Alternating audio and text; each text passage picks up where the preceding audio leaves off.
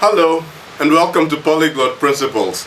My name is Modja, and I'm a hyper-polyglot who speaks 8 languages. I speak 4 of those at an advanced level, and this is the channel where I help ambitious language learners go from intermediate to advanced in their target language by giving them a very deep and detailed understanding of the principles of language learning. So, hey, as you can see, it's raining heavily. Maybe you can't see it, but I'm guessing you can hear it. Yeah, it's raining very heavily where I am, so I'm gonna have to speak a little louder. So this channel is for people who are ambitious. That is, you don't just want to become average, you want to become really good at a language. It's also for people who are currently at an intermediate and you want to get to a more advanced level. This is definitely the channel for you. And the other characteristic is that this is for people who like to go in depth and really understand how to learn a language. So if you satisfy these 3 characteristics,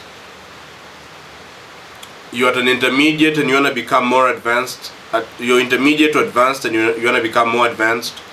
You're the sort of person who likes to go in depth and really understand how to learn a language. And you're also extremely ambitious. You want to get really good at the language. If you satisfy those 3 qualities, this is the channel for you. Please be sure to like, subscribe, hit the bell notification. Ding, ding, ding, ding, ding. That way you'll be notified whenever I publish a new video. So today's video is about, it's an in-depth video. I'm teaching you today the principles of language learning. And this video is about motivation. Because people really want to know about how to find motivation. How do you find the motivation to learn a language? So today I'm going to give you some ideas that will help to give you motivation. And everything I say here, these ideas I'm talking about, I've actually written them down before. So if you go to the description of this video, watch this video first. After you've finished watching the video, go to the description and you'll be able to find my notes where I teach you the principles necessary in order to become motivated, which means to be able to stick to your practices. Okay, because when we talk about motivation, we talk about motivation to keep practicing the language. So there is a video I made. What am I saying? I'm a little distracted. Okay, so there's a video. There's a text I wrote about this, teaching you how to figure out the correct practices and how to set up your practices so that you're motivated to keep doing them instead of quitting at some point. And just go to the description of this video, you'll find it, a link to my notes. Now, when we talk about motivation, we're talking about you want to become really good at a language, you want to become really fluent at a language. Well, to become fluent takes time. You're not going to become fluent in 2 weeks, you're not going to become fluent in 3 weeks. It's going to take time, months, and it will take years actually. If you want to become really good to the point where the language is like your mother tongue, it will take a year or more to do that, where you feel super comfortable with the language. Well, to become that fluent takes time, which means you got to practice consistently. That's every single day for a long period of time. So usually it's easy to start out motivated. So people start out very motivated, very excited, but the motivation runs out. And this is associated with when you start something new, that you're excited, you're full of energy, you're full of possibilities, you're like a child again. But then as you begin to do it and you realize the difficulties involved, the intricacies, it's very easy to quit or put off practice. Oh, I'll do it tomorrow and tomorrow and tomorrow. Indecision kicks in and nothing happens. So the question is, how do you set up your practice sessions for learning a language in such a way that... Oh, wait, let me check if I'm actually recording. Yes, I am. Okay. So, question is, how do you set up your practices in such a way that you continue to remain motivated to do these practices? So that's the question I have for you. It's a question I'm going to answer in this video. But before that, pause this video, go to the description of the video and answer the question. How can you set up your practices in such a way that you're motivated to do them? And you put in the work that will help you to become fluent eventually over a long period of time. How do you set up such practices? That's what we're going to talk about here. There's actually a technique to it, but before even we start on that, there's a few things you need to know. One is, it's important to know why you're learning the language. This is key. This is one of the causes of motivation or demotivation. You need to have a clear reason why you're learning the language. And it has to be a reason that means something to you. If you have a good reason for doing something, a meaningful reason, you're more likely to stick to something. So, let's say whatever your language is, why are you learning Spanish? Why are you learning German? Why do you want to become fluent in Arabic? Why is that? You need a reason. And it can't be shallow reasons like, oh, it would be cool to learn it. It would be nice to learn an extra language. These kinds of reasons don't last through the difficulties of practice. It's important to have a good reason, a compelling reason. When I was learning German, primary reason was, I'm still learning it by the way, but my primary reason at the beginning when I started was, hey, I'm going to study in Germany, so I need to learn German. That's a good reason. This reason can push you, make you practice even when you don't feel like it, because you remember, oh well, if I don't learn German, then I'm not going to be able to attend my classes. So this motivates to get back to work. Or maybe the reason is, okay, I have family members in Italy whom I'm not able to connect to because I don't speak the language. I'm learning Italian so that I'll be able to connect and have deep conversations, to have a deep connection with my relatives in Italy. When you have such a reason, you're more motivated to keep going. This is very important. So first thing to do is find out why you're learning the language. Do you have compelling reasons for doing it? What is the emotion behind it? What will it feel like when you've successfully learned the language, you become fluent in the language? What will that feel like? What will you be able to do then that you can't do now? These questions are important because they help you to know why you're learning. And this why will push you through the difficult times. When it's difficult and you feel like quitting, your why will motivate you to keep going. So that's the first aspect to it, good reasons for learning the language. And then the other thing is, there are three kinds of practice. Three kinds. One is called repulsive practice. The other type is called comfortable practice. And the third type is called addictive practice. So let's go step by step. Let's start with repulsive. Repulsive practice is the sort of practice which you don't want to do. The sort of practice that repels you, as the name suggests. So for example, let's say you've been learning, let's say you've never really learned a language 10 hours a day. It's your first day, you're excited, you want to learn German. It's your first day learning German, and you decide, well, since you're so excited and motivated, you're going to practice German 10 hours a day.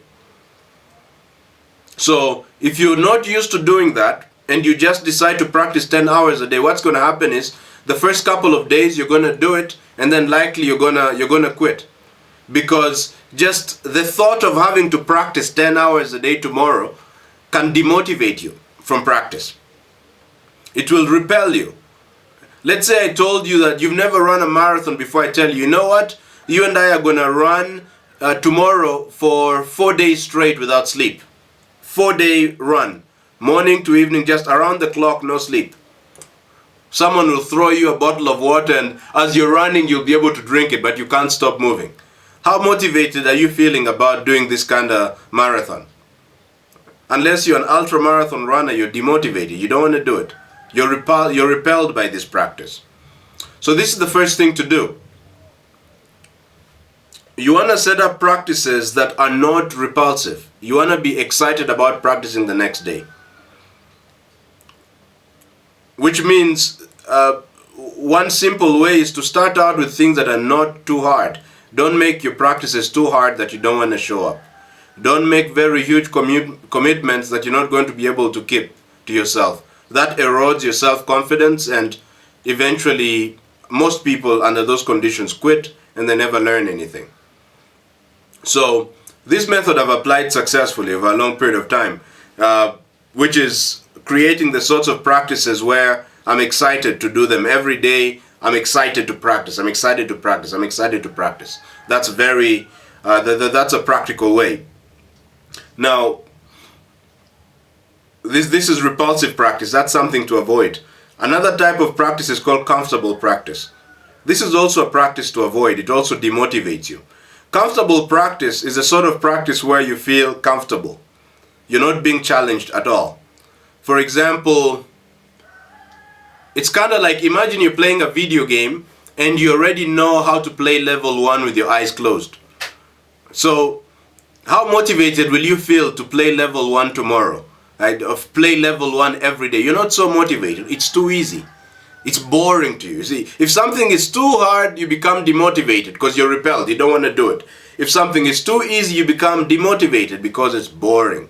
So, with regards to language learning, one of the reasons why you may be demotivated, actually, you're not motivated, is because you're doing stuff that are too easy. So, for example, when I was really working on improving my listening comprehension in German, I used to watch cartoons, German cartoons, and that was interesting. But you see, if I keep watching German cartoons every day, eventually I got bored because it was too easy for me. I could understand everything. I needed more complicated material. So this is important to do. Don't have comfortable practice where you're in your comfort zone and you're bored. This will demotivate you. Don't have very complicated practices because now you're overwhelmed. This will demotivate you. So there is a third type of practice. This is what I call, what was the name for? Oh, yeah. Addictive practice. This is the kind of practice where you don't want to stop. And this happens when you set yourself tasks that are not too easy and not too hard. This is key. Tasks that you don't automatically know what to do, but if you put in a bit of effort, you understand. This gets you addicted to whatever the activity is. So it makes sure you're not bored and you're not overwhelmed. So this is key. With regards to setting up your practices for learning a language, make it that way. Don't say you're going to practice for 1 minute. 1 minute is too easy. Don't say you're going to practice for 5 hours. Maybe for you, practicing for 1 hour is doable. It's not too easy to do, but it's not too hard either. And also the activities you choose. We're talking about time. The amount of time you dedicate should be something that's not overwhelming, but not too little for you. That way you're motivated to keep going. But also the activities within the practice have to be activities that are not too easy, not too hard. If you're going to watch, let's say, listen to a podcast to improve your listening comprehension, listen to a podcast that's not too easy that you get bored, but not too hard that you get overwhelmed. This way you're motivated to keep doing it day after day after day after day after day. And what you're going to notice is that this is called the sweet spot. The sweet spot is the spot where you're not overwhelmed, but you're also while remaining challenged. So you want to practice within your sweet spot. Now your sweet spot is going to change over time. As you become good at an activity, you become bored with it. Something that was easy for you difficult can become easy. For example, when I was starting out in German, I couldn't say a single word. Just saying the sentence, Ich bin Modja. My name is Modja. I am Modja. I couldn't say that. So obviously, figuring out how to say Ich bin Modja was in my sweet spot. It wasn't too easy, definitely, because I didn't know how to say it, but it wasn't too hard. It was something doable. So of course I was excited to do it. But if you told me that now every day after a while, saying Ich bin Modja became obvious, easy to me now. I can't do that anymore. So I had to make it a little harder. So something before that was in my sweet spot, it wasn't too hard, too easy, now is in my comfort zone. And so I have to seek greater challenges.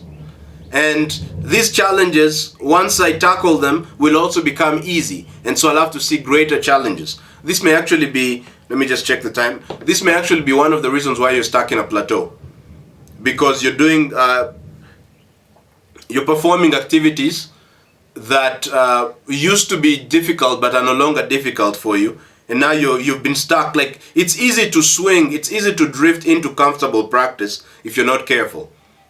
You do practice that's addictive in your sweet spot, like a video game.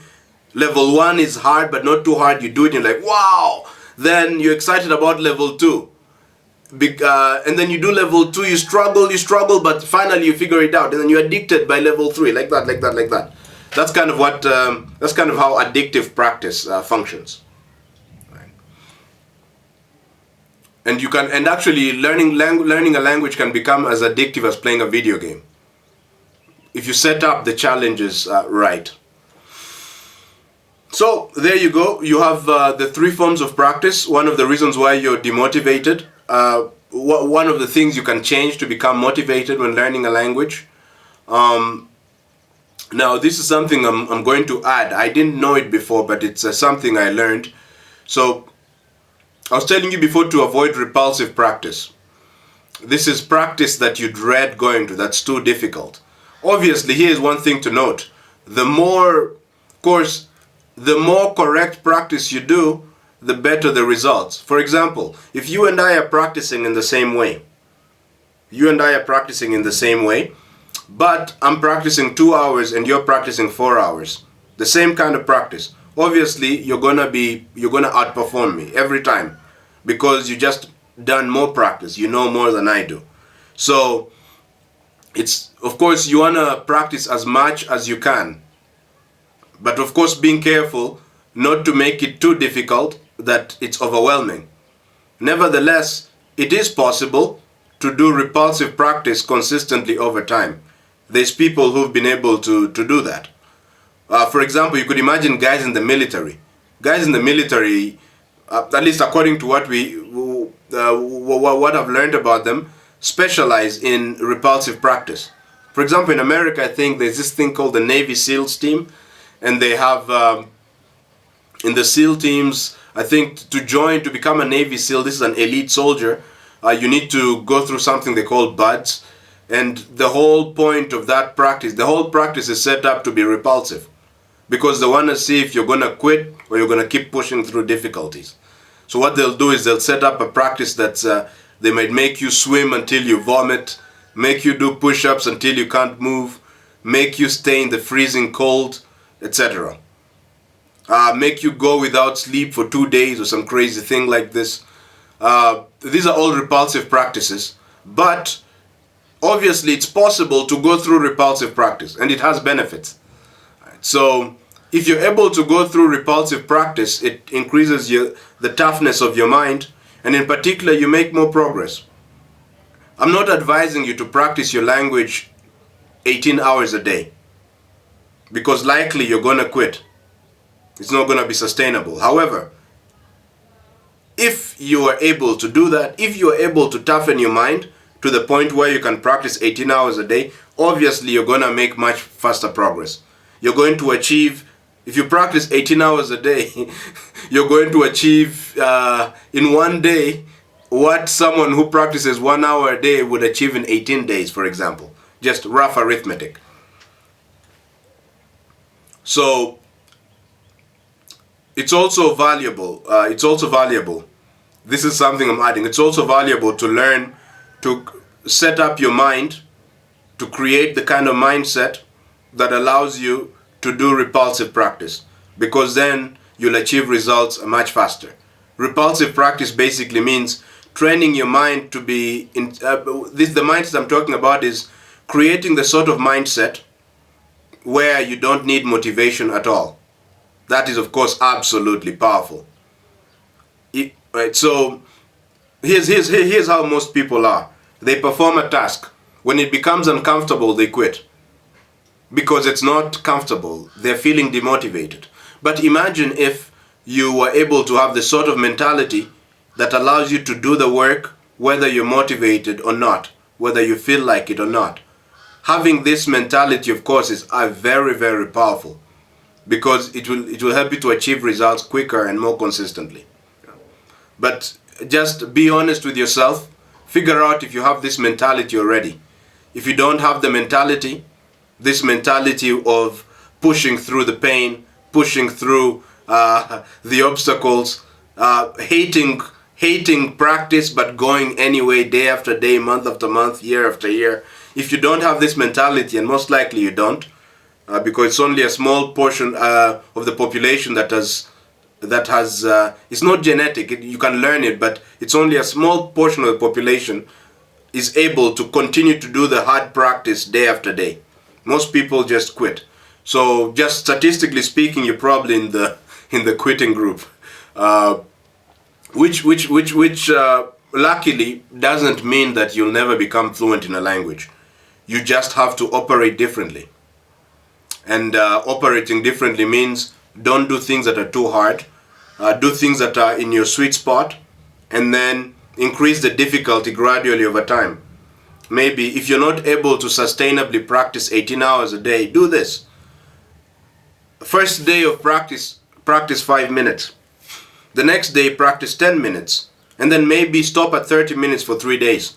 And then add it to an hour. And then add it to an hour and a half. So this is a more sustainable approach for most people.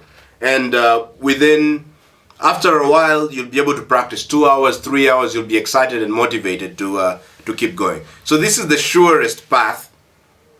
However, it will help you to learn a language, because I used this method to become fluent in German. I didn't set up repulsive practices. Every day I was glad and happy to practice. Very few days when I didn't feel like it, but I had built up momentum that I kept going anyways. And so obviously I went from not being able to say anything in German to being able to speak it fluently right now within a period of 1 year. And I didn't use repulsive practice. I used practices where it is... sorry, let me check the time again. I don't want to go too long. I did practices that were within my sweet spot. Not too easy, not too hard. Just within my sweet spot. I wanted to practice every day, and obviously now I speak the language fluently. I can read, write, listen, speak. So this approach that I'm espousing of practice within your sweet spot definitely works. But it's important to learn how to continue practicing whether you're motivated or not, because that toughens the mind, and that will help you to achieve results much faster. So, and it has great emotional benefits. All right, so this is enough for today. We've talked about how to be motivated. I hope that was helpful to you. So every Monday I publish these in-depth videos where I teach you the principles of language learning. Today we're learning the principles of motivation to learn a language. And then on Thursday at 3 p.m. Eastern Standard Time, I publish another video which is a mindset video. I teach you the kind of mindset you need to have in order to succeed in language learning. Because if you have the wrong mindset, you'll never succeed. Wrong mindset guarantees failure. This is why you need to have the right mindset. Thank you very much for watching. Oh, by the way, if you wanna, I've written down everything I'm saying now. If you just go to the notes of this, to the description of this video, you'll find notes where I discuss the different types of practice. So check out those notes and read them. If you watch this video carefully and read those notes, your ability to set up practices that are sustainable will be greatly enhanced.